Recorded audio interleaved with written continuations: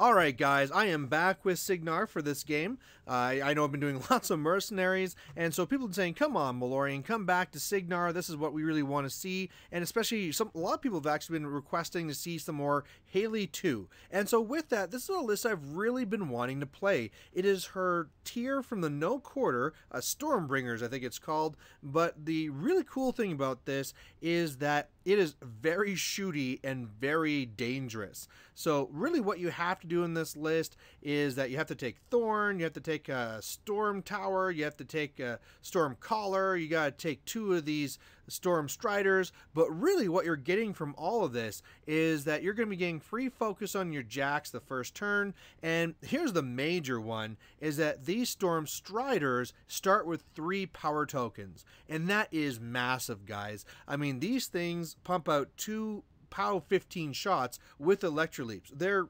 amazing. They're basically the Storm Walls guns, but with Electroleaps. And I mean, normally you just don't have the focus to boost, but if you already have these power tokens that normally you only get from being shot or attacked, this is very, very powerful.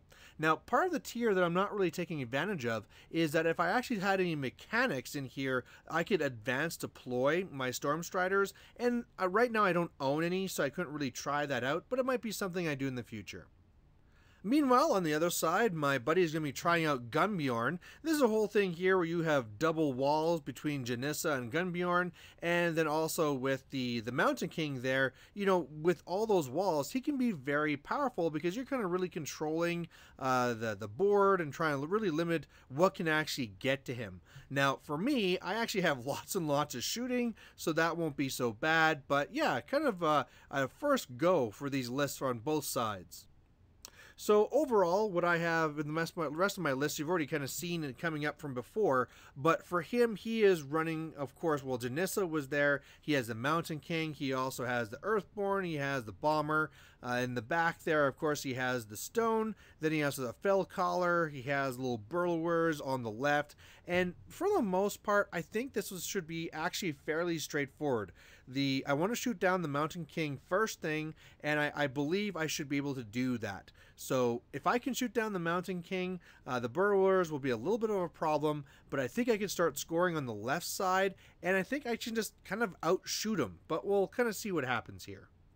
So my turn 1, I'm still kind of trying to, of course, figure out what to do with my turns, but in this one, what I do is, since I know I'm going to be shot, I put up Deceleration, I TK up Thorn, so you can kind of get to that cover there behind that building, really. I also have Temporal Acceleration up onto the Bonded Storm Wall, so we can really rush up there and be very, very threatening. Otherwise, things are just kind of running up. On his turn, he gets to put up the double walls. I learned that my storm wall was a little bit too far up because he gets the double bomber shots into me. So if I just would have been a little bit farther back, you know, another couple of inches would have made it not possible, but whatever, I'm there. Take a little bit of damage, nothing too harsh actually, so I got a little bit lucky. Burrowers on the left burrow because that's what they do, and that's really it. So at this point here, I'm not really worried about his guys. I'm clearly going to be feeding, and so that's going to make it so his heavies won't really matter. And what I really want to try and do is just shoot off that Mountain King. If I can just shoot him right off the board, that would be amazing. And then the other guys I can just deal with as they come. I know the Burrower is going to come up and do some damage to me on the left, but I mean, they won't be able to charge and do the double attacks, and so I'm not overly worried about that. So on my turn, that's what I really do. I put Temporal Acceleration onto both of my Storm Striders there, so I get, you know, 3 shots each, and then I can boost them all. I also put 2 focus into the Storm Wall. He's supposed to be facing the Mountain King, but his arm made it a little bit troublesome. But overall, I'm not able to actually do it. Between the Earthborn's Animus that was on it, and also the Stone Aura, that thing was like armor 23 or something, and yeah, it was a lot of trouble. Now, at first the Electroleaps were all going into Janissa, but then of course they start going into Whelps, so I wasn't able to get Janissa. She's actually pretty tough with the stone and stuff, so yeah, in the end, after all these electro leaps get worked out, I kill a bunch of whelps, and Janissa is taking like 4 damage, and the Mountain King is only about half dead. So like I said, I really thought I'd be doing a lot more, but that high armor really just snubbed all these attacks. Now, of course, I feated. Now, the feat's not going to get to what's beyond the wall, so the feat's really only going to cover the burrowers and his 3 heavies, so he can't really get to me too bad, but that's really it. And the only other thing I did was get 1 shot onto one of his stones guy and kill one of those, so nothing really serious whatsoever. On his turn, he kind of realizes, like, oh, damn, I didn't move up the fell collar. And I said, you know what, it doesn't matter. Just move him up here. He's going to be in the feet now. And so I'm just going to make sure the burrowers get activated first. So this is no problem. I know it's just a simple mistake. He just forgot to move 1 model. So otherwise, I get to do my Haley nonsense, and the burrowers go, and they do some damage. Actually, where they came up, one made a mistake and got kind of engaged there with my storm caller that ran up just in case this happened. So he got some damage onto my storm strider. Also did a big hit to my objective there, so that kind of hurt. Otherwise, the fell caller just advancing up. The Mountain King yelled at that storm strider and double boosted and left it on 1 box. So with that, he was like, oh man. And so really what happened then is the Earthborn moves into the zone. He had upkept Snipe and the wall, so you know, Snipe was still up, but pretty much then the bomber is going to stay out of the zone so he can shoot at my storm wall again. And by the way, I forgot to mention this, but on my turn, Strange Ways had tried to fix them but rolled an 11, so man, what are you gonna do? So I take some more damage, which kind of hurts, but only the Earthborn's in there. And now this is where I kind of remind my opponent that this is a kill box scenario, and he says, you know what, I pretty much have to take it because I need to be in a spot where I can shoot down that storm strider, so you don't have one with 3 tokens again, and I don't feel I could go anywhere and not be TK'd and killed anyway. So he decides to stay back there and kill box himself. He shoots and destroys the storm strider, so that's good, but then I tell him it's really over because I'm at 2 points now. All I need to do is TK out the Earthborn, destroy the objective, and that's it. And so that's really all I do. It's really pretty simple, and that's the game. First one on scenario. So I know this is kind of like not the best test because it's against a list where it's kind of a, you know, it's a Mountain King list. It's something he's doing for the first time. So we say, hey, we got lots of time. This is a fast game. Let's just play another one.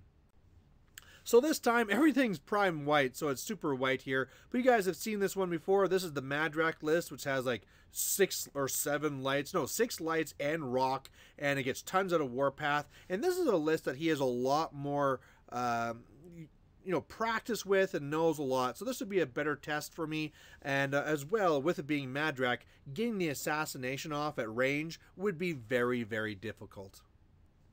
So otherwise, it's exactly the same board and table. We just kind of swap sides. And this time, I won the initiative, and I wanted to go first. So for those who didn't really see that there, what he has, it's Madrak running 3 Axers, 2 Impalers, a Bouncer, and there's also Rock. Then he has the Stone, he has Troll Moses, and then a min unit of the Krill Warriors. And yeah, it's a pretty interesting list. You guys have seen it before, so I won't brag about it again. But pretty much it's going to be the same idea here. I want to rush up. I want to try and shoot down what I can. I probably will have to get pretty dirty with Stormwall to try and get in there and take out these guys. But the spot that I'm really worried about, given this building here, is the right zone. So I'm going to need to really make sure I'm a little bit more aggressive there because, I mean, all those little things on the right, all the storm callers and stuff, they can't fight an Axer on their own. So we'll have to kind of see how this flows. So I get first turn, and the idea was to put the double temporal acceleration up onto the 2 Storm Striders, but I totally botched this first turn rollout. I run up with the Thorn first and put him exactly where I need to put my 1 Storm Strider. Plus, since now he was gone, I didn't have my arc node to get temporal acceleration on the left Storm Strider, so whatever, the craziness goes up. Go here with Haley. She's going to put the temporal acceleration up on the Storm Wall and the 1 Storm Strider.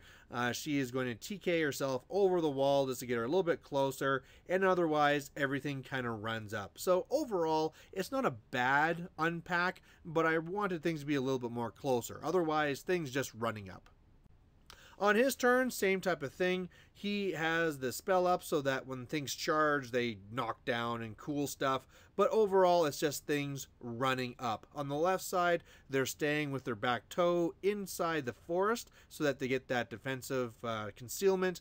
And otherwise, Rock has been replaced with a proxy base because he's basically right there behind where the trees are. So looking at this, Madrak is in a spot there, and the Krill Warriors have this little, like flying V thing in front. And this is where I'm kind of kicking myself for having the Storm Strider farther out, because I think I actually could have range assassinated here. If they were a little bit closer, I could have come up, killed some of the front Krill Warriors there, TK'd up Madrak, so he was away from most of his Grim Salvation. He has no transfers on him because he put it all into the stone, and I think with all the shooting I could have killed him, but now it's like I don't think so, so I'm just gonna go for more attrition here. Now what I believe I can do is go up there with the storm wall with temporal acceleration, kill both Axers, and then hopefully with my shooting before that also cripple the Impaler, which will have me in a very good spot on the right flank. On the left flank, I'm hoping to maybe shoot down a light or maybe just do some damage, but I want to kind of do something over here. And really looking at that, the Impaler is the best one, because if I start going for the Axer, well, then I'm just going to get the Bouncer, go and take a shot from Shield Guard, and it's like, yeah, the Impaler is probably the better one to do, given that I'm about to do my feat. So that's really what I do, is I come up and I start shooting on the right, and I do some pretty good damage against the Impaler already, and in fact get some major spikes to the point where it's left on one box before I go in with the Storm Wall. So the Storm Wall had 4 focus. I also put temporal acceleration up onto it, and it's going to go up there, and it's going to really wreck face. It punches the one Axer, it electroleaps, kills the Impaler, and after all the attacks go, and I still actually have 1 focus left onto me, I've killed both Axers. So that's 3 lights down on the right. That was massive. I dropped the pot over, killed a couple more guys, why not? Also did some storm calls onto some Krill Warriors, so I've killed a few guys. Meanwhile, then on the left, of course, I had feeded with Haley this turn. I went up here and I started boosting shots into the Impaler just because the shooting is what's really going to get to Haley, and I was actually able, with some good spikes, to kill that Impaler as well. So he is down 4 lights and a few of his infantry, and this is just, wow, the power of this list. There was some spikes, but I mean, yeah, that Storm Wall, being able to make 7 attacks is pretty intense. And so now my feat is going to cover all his models except for Troll Moses, so there's going to be really very little he can do. So on his turn, he tries to unpack on the left, but I mean, I'm making Rock go first. He doesn't have Pathfinder, so he can't even get into the zone. The Axer is going to rush himself, and he'll get up there. The Bouncer will get up there.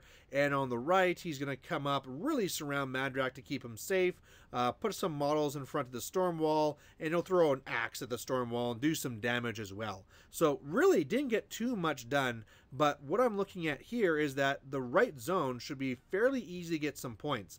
Now, unfortunately, there's an angry Madrak there, so I'll have to be a little bit careful. But on the left, I just didn't really feel like it do too much. Now, I want to kill at least 1 more light on the left so I'm not overrun. And I'm going to have to TK around some things so I can actually hit and stuff as well, too.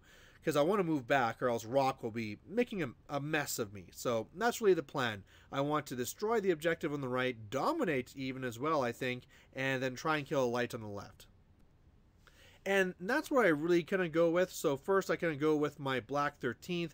I really need to kill the objective. The objective is going to be kind of the harder one. So I start shooting it up, trying to go for some brutals. I'd actually shot it with the Storm Tower first and did some okay damage there. But after I was done shooting with Lynch and Watch, it was still left on 3 boxes, Well, Ryan really wanted to do a mage shot into all those guys, but had to shoot the objective instead.